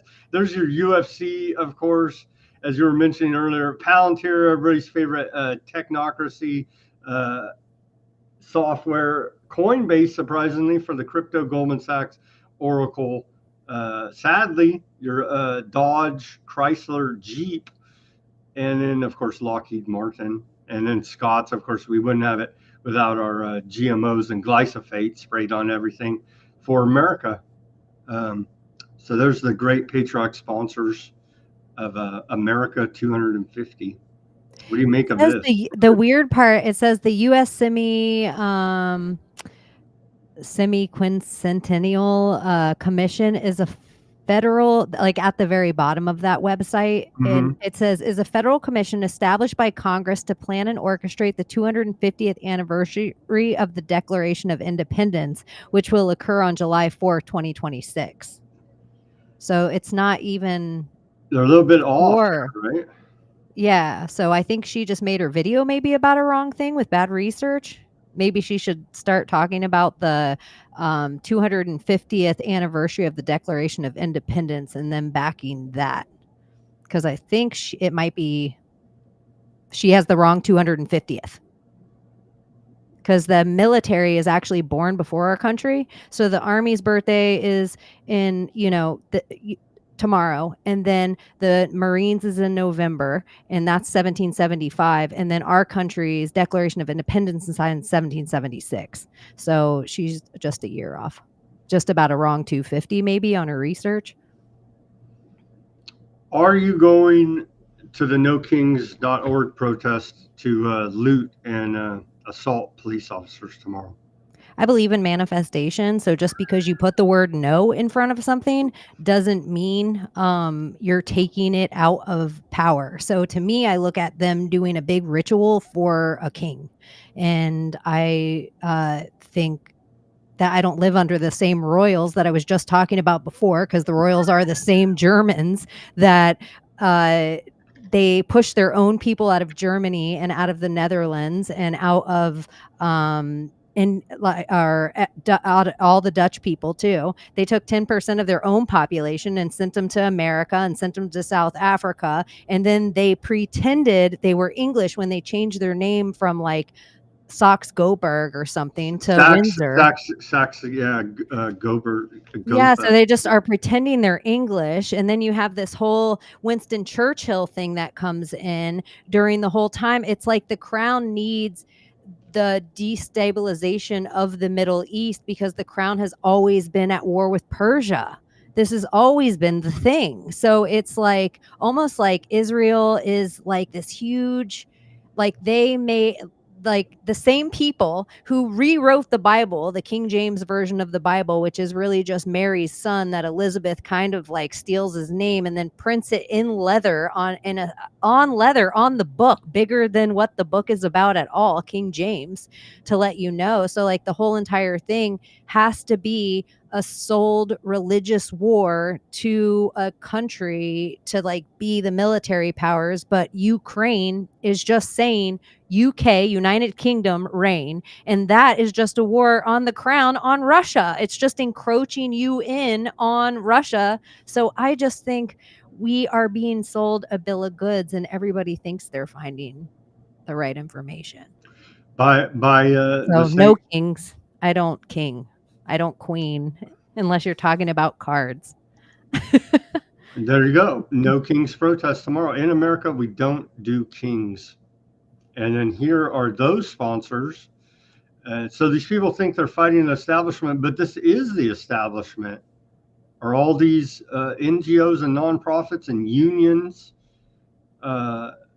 This is the who's who of the left wing in America establishment. It's every Marxist group. It's every single one of them, right?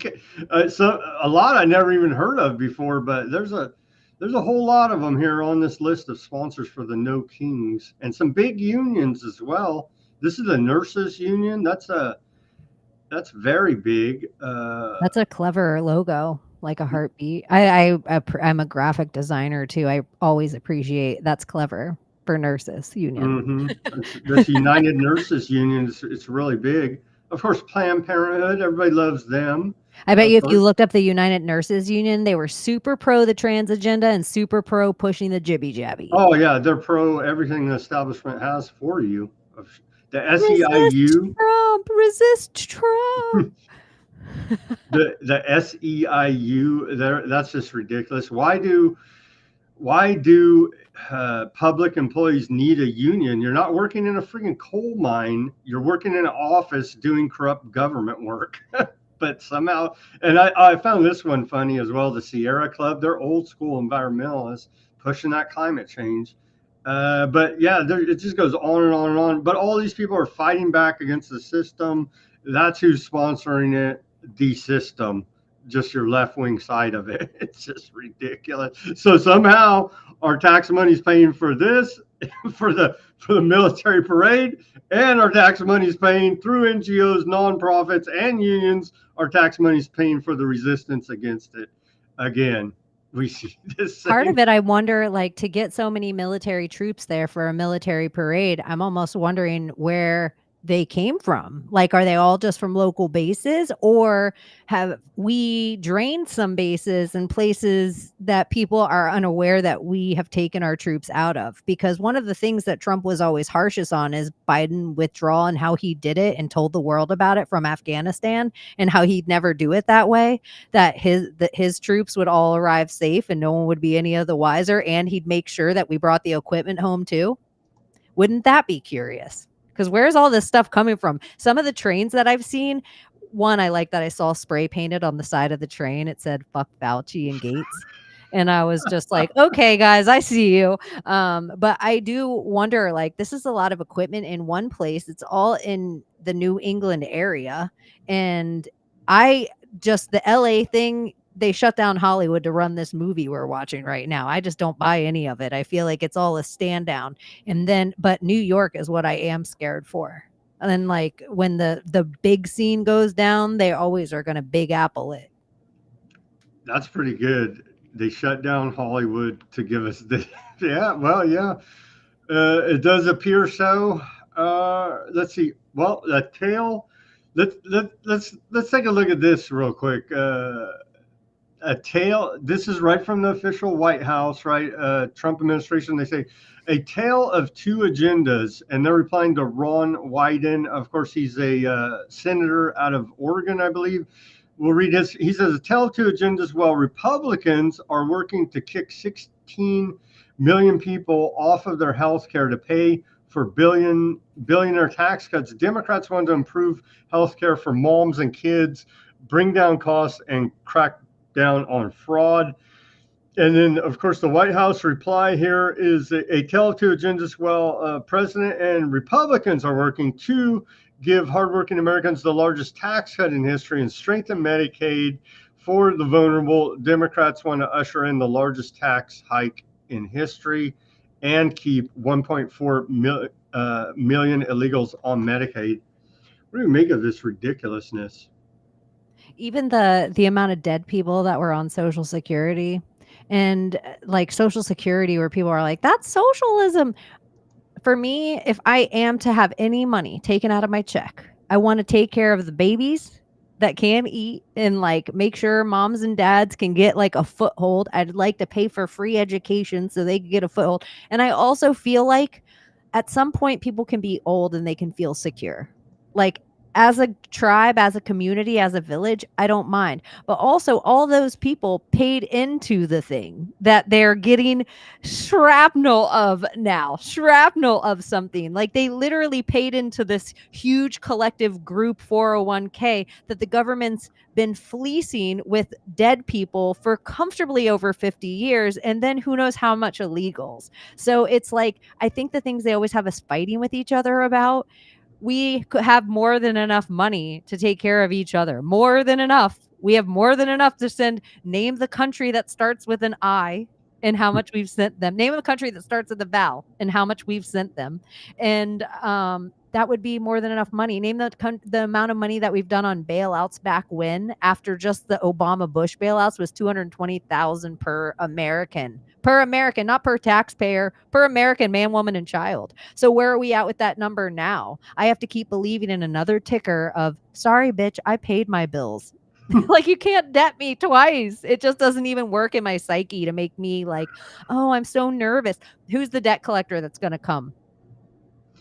Well, the debt is based on treasury bonds, and so it would. I don't think anybody's going to come to collect the debt, but it would just cause, if they weren't able to pay the bond holders the interest and principal back on their investment, the system would collapse, which at some point I believe it's designed to do, and then we would have our great reset, and we would lose the dollar as the world reserve currency, and our standard of living would go down greatly. But no one is going to really come collect the debt. It would just cause us to lose our credit rating and our standing as the world reserve currency, We only need to care about a credit standing with the world is if we need anything from the world. That's the whole other thing. Everybody, local is how I hear the most liberal-minded people talk and the most conservative-minded people talk. And so I feel like somewhere you're Ouroborosing, not keeping your money local. Your body doesn't even like the fact that you're eating foods that your people have never been around. Like, it doesn't even like the fact that it's growing next to you. Like, I think there's certain things that are set up for you to eat during certain seasons on the place that you actually blood, sweat, and tear. Other than that, I feel like globalism doesn't even need to be. You have the alchemy around you that your body needs. You have all the ingredients around you that are good for you. Everything else is noise. It's a great point. Do you need stuff imported from halfway around the world when it's not native to your environment? That messes up your alchemy, like you say. I can get with that. That makes a lot of sense to me. Okay, let's move on to Bilderberg Group.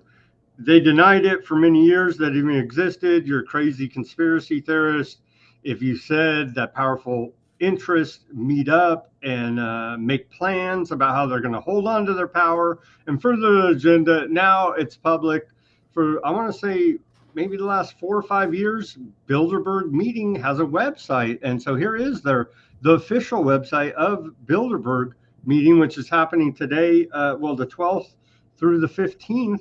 So yesterday and on till the 15th, Sunday, they're in Stockholm, Sweden, as we all have Stockholm syndrome, worshiping our captors.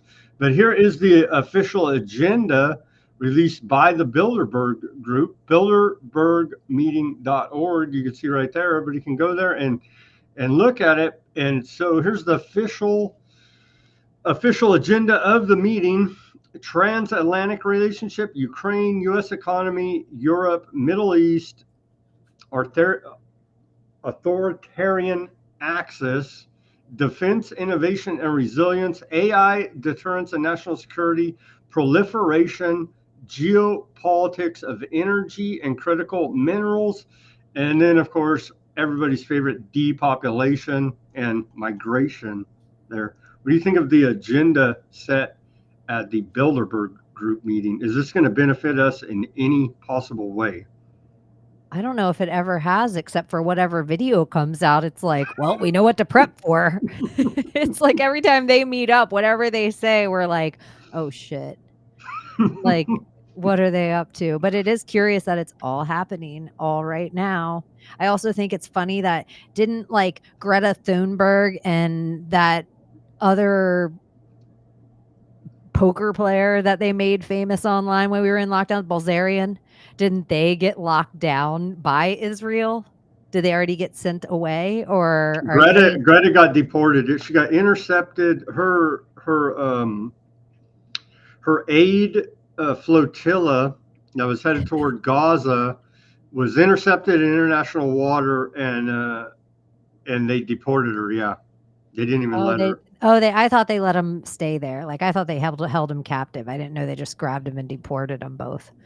No, they just grabbed them and deported them. Yeah. Oh, I was like, oh, these are reality show people. Like, this is going to be good. Are we going to see videos come out? Like, them being held captive. Hostage videos. Yeah, like we have to go in to free them. To save Greta. No, she was immediately detained and deported to, where was she deported to? I want to say, I can't even remember now. Anyway, yeah, Europe, somewhere in Europe.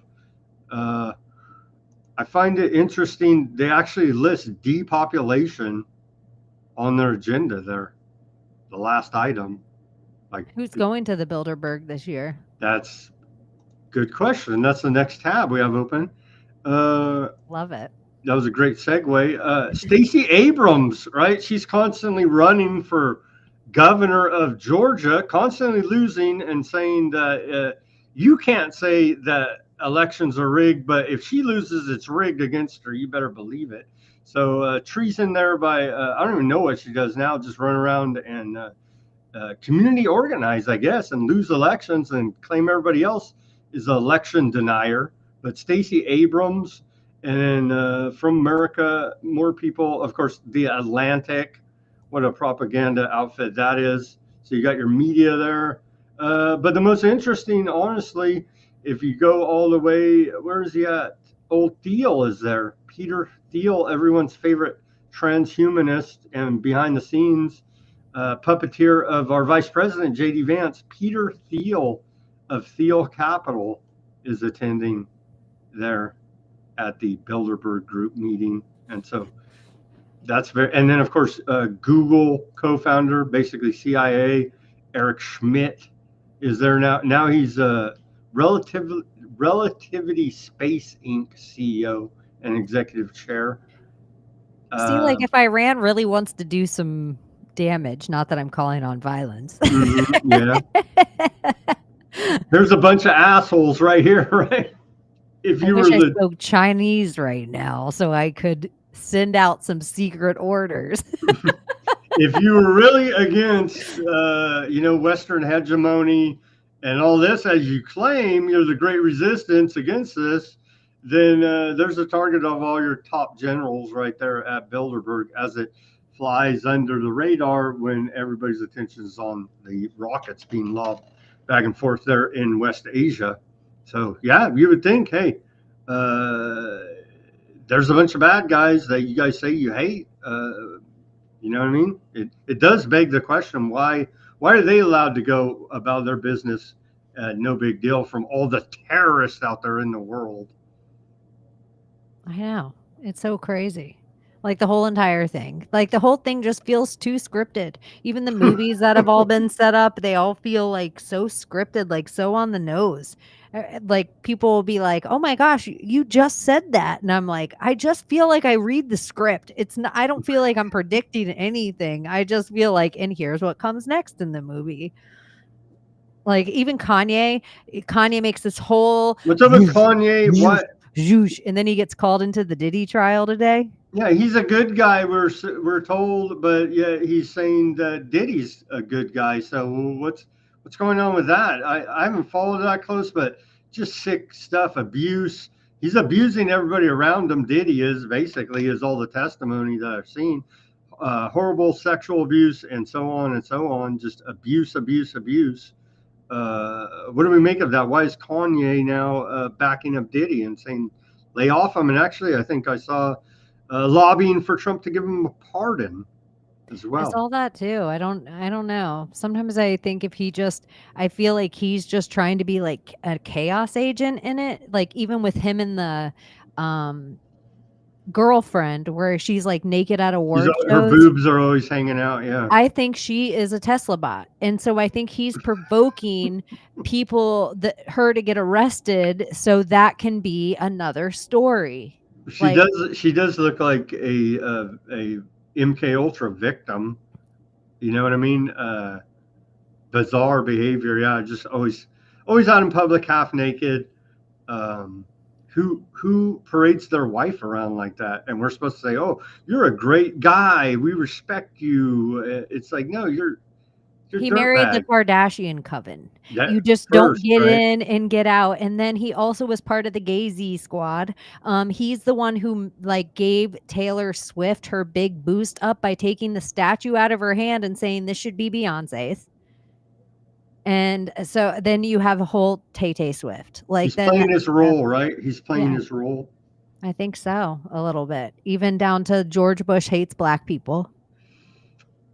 But he's constantly exposing the aardvarks, right? Saying how bad they are. But I believe he's rinsing the history, because now what happens with the Hail Hitler song, it waters down the history. Like you're getting further and further away of being able to look up the truth, and it becomes like this mishmash thing. But what it also does is put some people saying, tons of kids singing it online. Who knows what they're going to do with the historical rewrite of that later on. But also look at the countries around the world that you're not allowed to say those things. And now, depending on your job later on in the future, in this Palantir world you're talking about, he just set up a whole bunch of people to sing a song and not fit into the 15-minute city mold.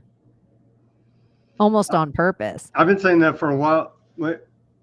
Oh, sorry. I thought I was muted. I've been saying that for a while. They gave everybody enough rope to hang themselves. And you can see a lot of hating on anti-Semitism on your interwebs. And I believe they let everybody do that to, like you say, have dirt on you. And then they're going to look this up. Oh, no, you're anti-Semite. You're out. You know what I mean? And so it looks like that is they give everybody enough rope to hang themselves. And that's why I don't even like saying the J word on this show, because I seen that coming a long time ago. By the way, during the medical intervention, I was banned off the internet, deleted essentially from Facebook, YouTube, Google, Spotify for disagreeing with the public health authorities. So same. I've never tested, never masked, never jibby jabbed. I never played along at all. And it was not an easy existence for a while, but it gave me really thick skin now. So, yeah, even just putting HCQ or anything to do with that actually lost me more accounts for putting up the recipe for HCQ than for doing most things. It's just fermented grapefruit, right? Grapefruit, and then drink some tonic. And think back when our grandparents would come to Florida and they would mail boxes of citrus from Florida all over the country, and people didn't get sick because it has natural vitamin C and zinc, which was honestly people standing like Trump said HCQ for 6 months to a year before anything with any jab ever came out. And Fauci would always roll his eyes and say it's bullshit. But HCQ, Barry and Honey Sherman were murdered. They were billionaires who were going to give out that drug for cents to the entire world because it cures malaria, which is probably a Bill Gates created thing. I mean, every single one of the ailments is created by their jibby jabbies. I don't care if it's bad skin. I don't care if it's a sexually transmitted disease. I don't care if it's baby shaking syndrome. That's all from their jibby jabbies. So I think if you know you can cure yourself with HCQ, because that is the word, as crazy as it sounds, that I'm nervous to say on YouTube. I think it's worse than saying the V word. Maybe I didn't know. You can say ivermectin till the cows come home because they wanted. That's the Joe Rogan thing. They only wanted you to pay attention to ivermectin. Well, that's a big pharma too, and then you're saying you can make your organic version of fermented grapefruit peels, and that's like homemade wine essentially, you know. A bite of grapefruit in your empty belly turns completely alkaline, and no cancer can grow in an alkaline system. No cancer can grow in an alkaline system. So then think back to your grandparents. First thing they did every morning, have a grapefruit, have half a grapefruit. Like if you think and we might like different generation, my grandparents, like they're not here anymore. They were old. And so I feel like generationally of who I got to see, I'm grateful that I'm like, oh, even some of the stuff they told me about, like, I don't believe one cabal runs the world because I learned a lot about the mafia. And so it's just like, there's a bunch of cabals. Fighting for power. Yeah. Yeah. It's like power vacuums and like territories. Let's hear now our final report, and then we'll wrap up this Friday edition. I hope we didn't get in trouble on the YouTubes there. We hate Putin, and we're gonna fight to expose Trump, YouTube. So that should make up for it. Okay. Last report here yesterday. Intrepid reporter Dan Dix is over there in Stockholm, Sweden, and he confronted Peter Thiel on the street. Let's watch this short clip as Peter Thiel went to he's on his way to the Bilderberg group meeting.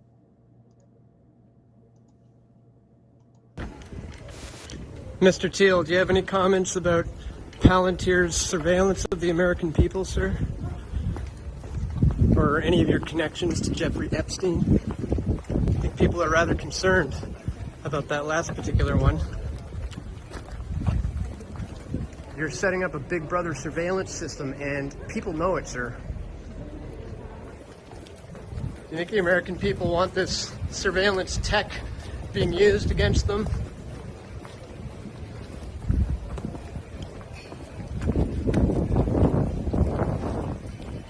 Any comments at all on the Epstein connections? You're meeting with them.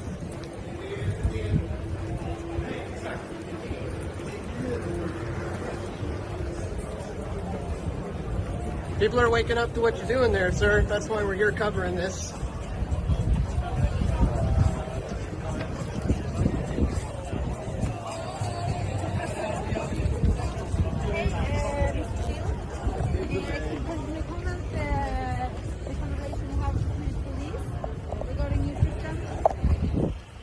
Wow, Peter Thiel was booking it. That man picked up the pace.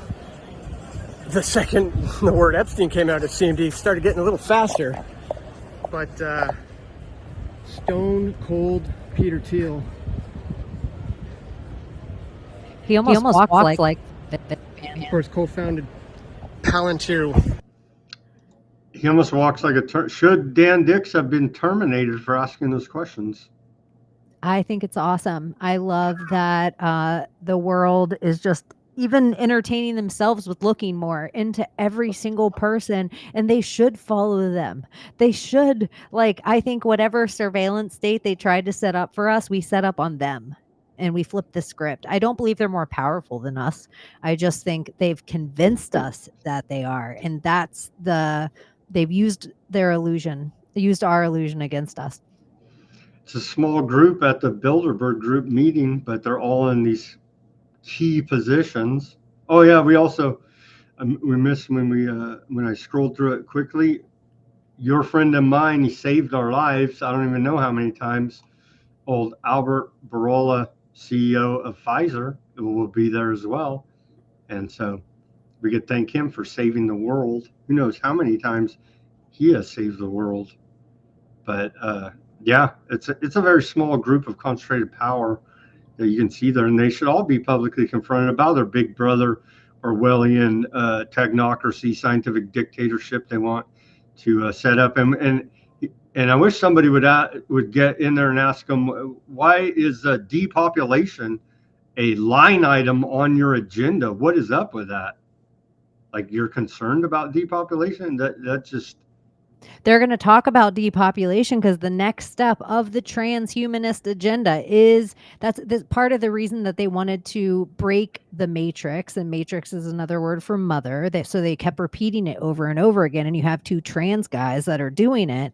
So they wanted the world to forget what a quote unquote birthing person was, so that they could make a computer womb and the world would accept it. So they want every way. They have tried to force ladies into faster and faster and faster childbirth so they can make money off of it. They've convinced ladies that they should be giving birth where sick people go, as if birth is a sickness. And they want to be involved because you are only considered a god if you can create. But if you are a woman who create, you're just a mom. But not to them. So that creation tool is everything for them. So they want to be your technocratic god, and that means they have to give you your babies and other creations that they feel like coming up with, like other homunculus, because gods like creatures, like lowercase demons like them. All right. I think that's all we have for today. Any final thoughts on tomorrow? No, thanks for having me. I hope I wasn't too weird for your audience. I think tomorrow is going to be entertaining, but I think everything's going to be fine. It's like Super Bowl predictions where everyone's like, oh my gosh, the bottom of the field's going to fall out. I think if anything, I'm like really curious about the Soros wedding and how that goes down, because that's if George Soros shows up, I feel like he's wanted in a few places for crimes against humanity. So that could be an entertaining arrest. I saw a bunch of posts about how Soros is funding the LA riots or whatever it is. The protesters there. I don't know if there'll be any follow-up about it or what, but maybe you would think, hey, something needs to be done about this. Why is my taxpayer money paying for both sides of all this always? Because they need a 15-minute city in Los Angeles before the Olympic Games, because that celebrates their lowercase gods. And if you look up the last time the Olympics was in Los Angeles, it's so funny. 1984. We all know that book. So in 1984, it was Close Encounters of the Third Kind, and they actually have a UFO come over the Coliseum and do this whole entire thing in the way that the craziest part to start it, they tell everybody in the auditorium, everybody turn on your blue lights. And they all shine blue flashlights in the air, and then a UFO comes down, and then a being lands in the middle of the auditorium, and this is the closing ceremonies of the 1984 Olympic Games in the Angels, which is the fallen. It's too on the nose. No, I love all this occult stuff, and you go deep. Tell people again how to find your shows before we let you go, before we end this broadcast. I will actually be live in 2 hours. Project Chaney everywhere. I have Rumble, and there is Secret Society of Good Guys on YouTube, because we always get in trouble or taken down. And you can find it on Project Chaney as well, with the best channel around. And follow me on X and Instagram. And if you're one of the few who can find me on a TikTok, because I get deleted off there every other week. So if you're one of the few people who can find me, you might have reached the next level of the OA. All right, here is your YouTube channel right there, Project Chaney. Awesome. Go check her out. Awesome. Thank you very much for joining us on Weaponized News here on this Friday edition, Friday the 13th. Thanks, Sam. We appreciate it. And we'd like to have you back on again. We'll stay in contact. Everybody go check out her great work, deep dives into the occult and pop culture and the like, exposing the conspiracy there, and caused me to think, making you think out there what's going on. Okay, as always, everybody do your own research. Peace, love, and freedom. We're learning here at Weaponized News. And we're going to change the flag too, but I just haven't gotten around to it yet. And everybody go check out yesterday's show with Peter Duke. That was a wonderful show as well. Have a great weekend. Don't fall victim to any agent provocateurs out there provoking your local protests. Be aware, keep your head on a swivel. Don't get beat up by the cops or protesters or provocateurs, whoever. Have a peaceful and fun time out there, whatever and however you may be protesting. We'll see you back here on Monday for more weapon.